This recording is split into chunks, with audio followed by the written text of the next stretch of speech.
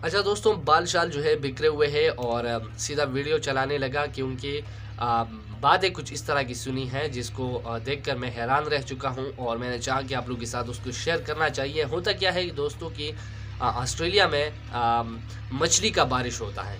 तो अब ये जो बारिश है, एक बार अल्लाह माफ़ करे, शायद मूसा अलैहिस्सलाम के ज़माने में बारिश हुआ था मेंढक का। और उसके बाद लोग कहते हैं कि 1794 में एक बारिश हुआ था, पता नहीं वो क्या किस चीज़ का था। उसके बाद लोग कहते हैं कि 1844-45 की इस दरमियान भी कुछ बारिशें हुई थी, पता नहीं वो किस चीज़ की थी। लेकिन अब जो बारिश हुई है ऑस्ट्रेलिया में कुछ दिन पहले, तो वो मतलब कि मछली का बारिश था।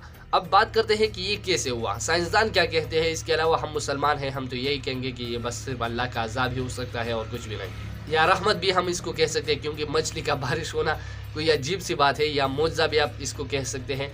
अब बात करते हैं, आप लोगों ने देखा होगा शायद ये जो हवा है ना, ये आप लोगों ने किसी दिन देखा होगा। मैंने देखा है यहाँ पर अपने इलाके में 2-3 बार मैंने देखा है। जब मैं स्कूल जाता था तो उस वक्त स्कूल की ग्राउंड में मैंने ये देखा था कि ये जो हवा ये गोल शक्ल इख्तियार करने लग जाती है और जो नीचे जो भी होता है उसको उठाना शुरू कर देते हैं और उसको हवा में घुमा फिरा के ऊपर लेकर जाते हैं। लेकिन बात यहाँ पर ख़त्म नहीं होती, इसलिए कि ये जो हवा है मैंने जो देखा है अपने ख़ुद अपने नज़रों से, तकरीबन 4-5वें जुमात में मैं था, तो उस हवा की जो गोल वाला ऑप्शन था, वो जो गोल वाला शक्ल इख्तियार कर चुका था, वो तोड़ा था। और मैंने वीडियोस में देखा है कि ये बहुत बड़े पैमाने के हिसाब से ये बहुत बड़ी चीज़ों को ऊपर ले जाने की कोशिश करते हैं, जैसा कि घर भी आप कह सकते हैं, गाड़ियाँ भी कह सकते हैं, बड़ी बड़ी मशीनरी भी अपने साथ उठा के हवा में वो मतलब कि गोल मतलब कि जोल करती है और ऊपर तक ले जाते हैं। तो अब बात ये है, साइंसदान कहते हैं कि नहीं भाई, ये जो हवा वाली ऑप्शन है उसको इंग्लिश में पता नहीं क्या चीज़ कहता है, अब मेरे ज़हन से निकल चुका है। ठीक है दोस्तों, तो समंदर से इस मछलियों को उठाया गया है और ऊपर बादल की तरफ लेकर गए हैं। और बादल आपने देखा होगा कि बादल तो हर वक्त ट्रेवल करते रहते हैं ना। आज मतलब कि इस वक्त यहाँ पर है और कुछ देर बाद कोई और जगह पे चला जाएगा।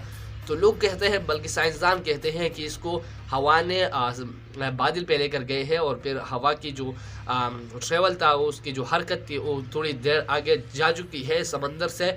और फिर ये जो बारिश हुआ है, मतलब कि मछली बादलों से मतलब कि क्या कहते हैं उसको, मतलब कि बरस चुके हैं। ठीक है दोस्तों, अब साइंसदानों ने ये बात मालूम कर दिया, लेकिन साइंसदान खुद भी 3 सवालों की जवाब अभी तक उसको मिल नहीं गया और उस पर रिसर्च कर रहे हैं। और आप लोग भी अगर इस सवाल पूछेंगे सुनेंगे तो उसके बाद आप भी कहेंगे कि हाँ यार ऐसा ही है।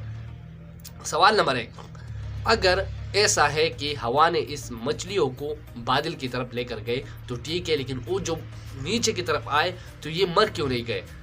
पॉइंट नंबर 1 ये है कि मछली जो ज़मीन पे आ चुकी है बिल्कुल जिंदा है।